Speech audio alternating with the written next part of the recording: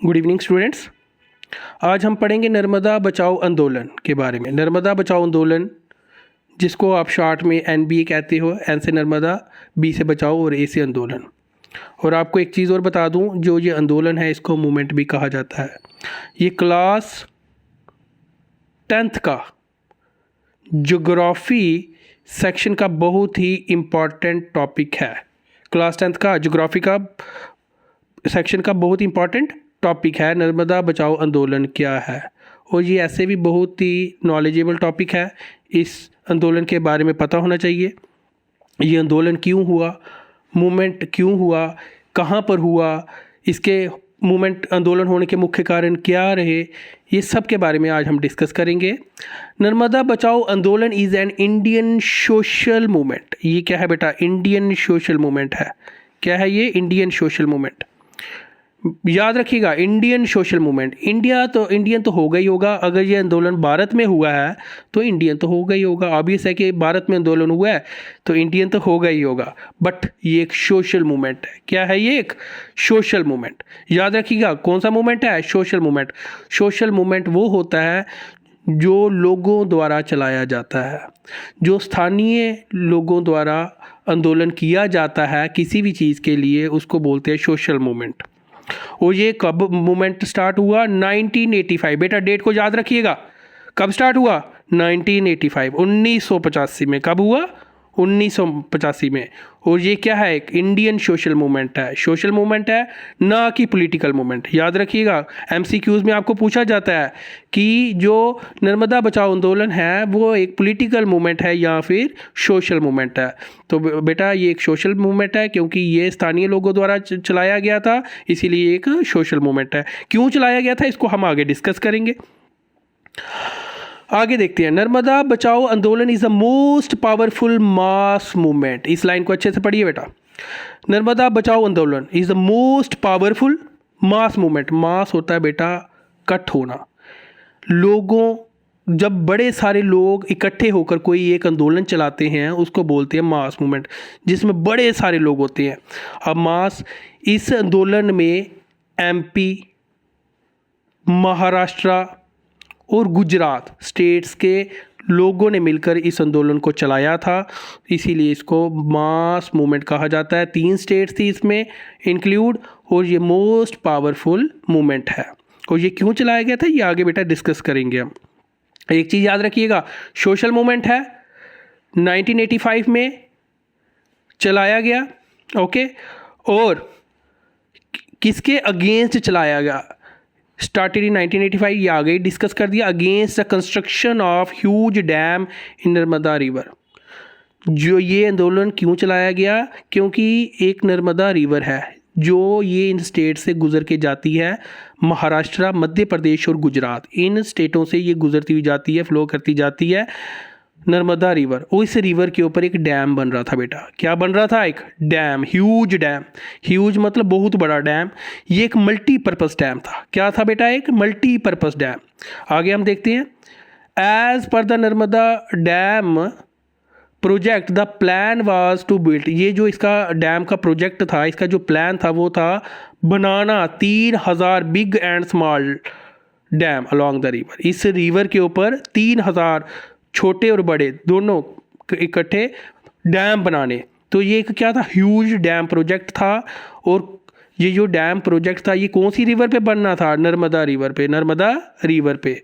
और इसी रिवर पर डैम ना बने, मध्य प्रदेश, गुजरात और महाराष्ट्र के जो स्थानीय लोग थे उन्होंने आंदोलन चलाया कि इस रिवर पे क्या हो? डैम ना बने।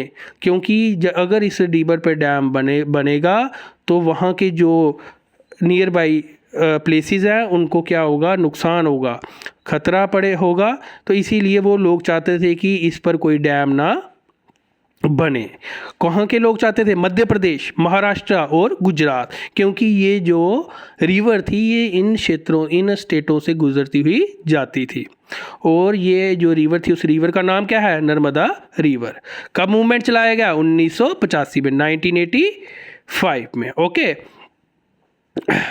और आंदोलन का नाम क्या था? नर्मदा बचाओ आंदोलन। ये एक सोशल मूवमेंट था, याद रखिएगा बेटा।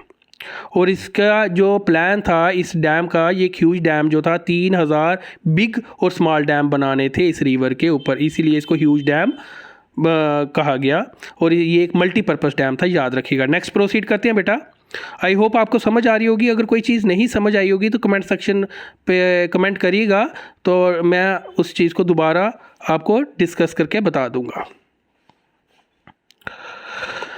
The river Narmada flows through the states Gujarat, Madhya Pradesh and Maharashtra. देखिए बेटा, अभी मैंने आपको पहले ही बता दिया ये कहाँ कहाँ से गुजरती है। गुजरात, मध्य प्रदेश MP और महाराष्ट्र, इन स्टेट से ये गुजरती जाती है। याद रखिएगा कौन कौन सी स्टेट्स हैं, गुजरात, मध्य प्रदेश और महाराष्ट्र। इसका मतलब ये जो सोशल मूवमेंट चलाया गया ये कौन से स्थानीय लोगों द्वारा चलाया गया, गुजरात के, मध्य प्रदेश के और महाराष्ट्र के। Is that clear.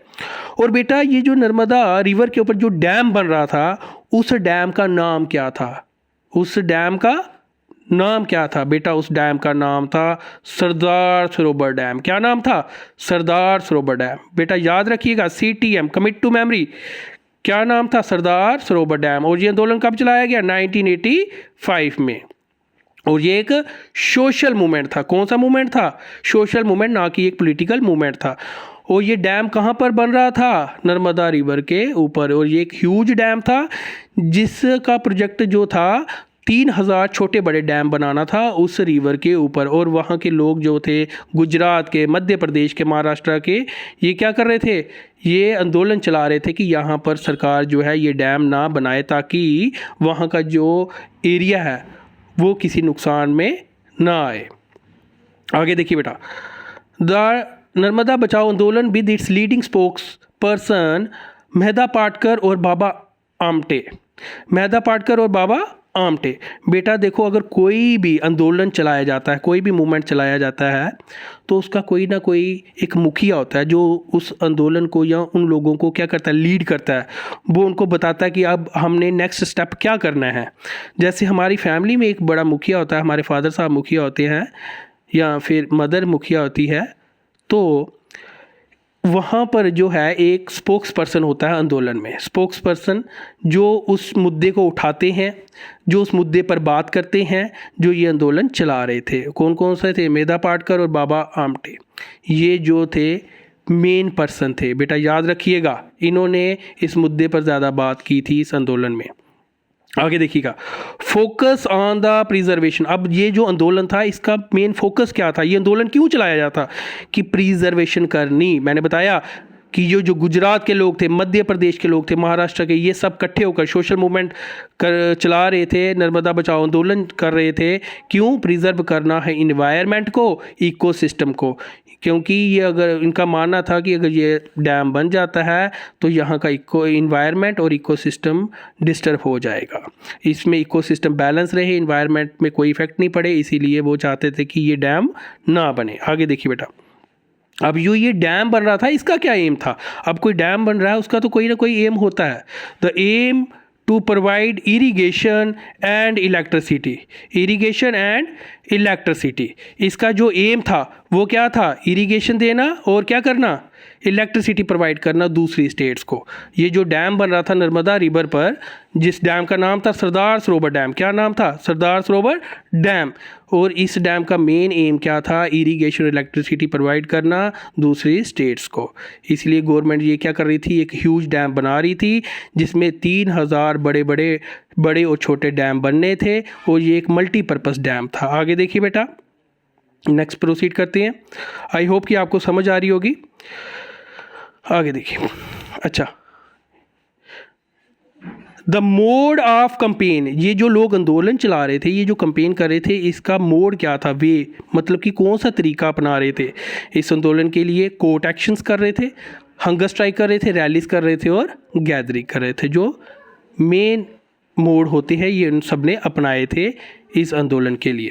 ओके, आगे नेक्स्ट देखिए, Narmada river also called Rewa. ये जो नर्मदा रिवर है इसको रीवा नाम से भी पुकारा जाता है। किस नाम से पुकारा जाता है, मल्टीपल में पूछा जाता है कि नर्मदा रिवर जो है किस नाम से और पुकारा जाता, तो रीवा नाम से। और कुछ इसके पुराने नाम भी थे, and previously also known as Narmada, anglicised और नर्बुडा। इस नाम से भी इनको पुकारा जाता था। ये नाम कम पूछे जाते हैं बट आपको नॉलेज में होने चाहिए। बट जो नर्मदा रिवर है इसको आज भी इस नाम से जाना जाता है, रिवर। ओके, आगे नेक्स्ट देखो, this river flows through Madhya प्रदेश। ये रिवर जो थी कहाँ से, मध्य प्रदेश, एमपी, गुजरात स्टेट से होकर जाती थी, महाराष्ट्र से भी होकर जाती थी। बट इधर देखिए क्या लाइन लिखी है, this river flows through Madhya Pradesh, Gujarat states of India. It is also known as life line of Madhya Pradesh and Gujarat. बेटा ये जो नर्मदा रिवर है इसको लाइफ लाइन भी बोला जाता है, किसका, मध्य प्रदेश का, गुजरात का, क्योंकि ये जो रिवर थी यहाँ से गुजरती हुई जाती थी। आई होप आपको समझ आया होगा। और अगर कोई चीज़ नहीं समझ आई होगी तो आप कमेंट सेक्शन में कमेंट करिए ताकि मैं आपके ऊपर नेक्स्ट वीडियो भी बना सकूं। और आई होप कि आपको अच्छे से समझ आया होगा। Thank you.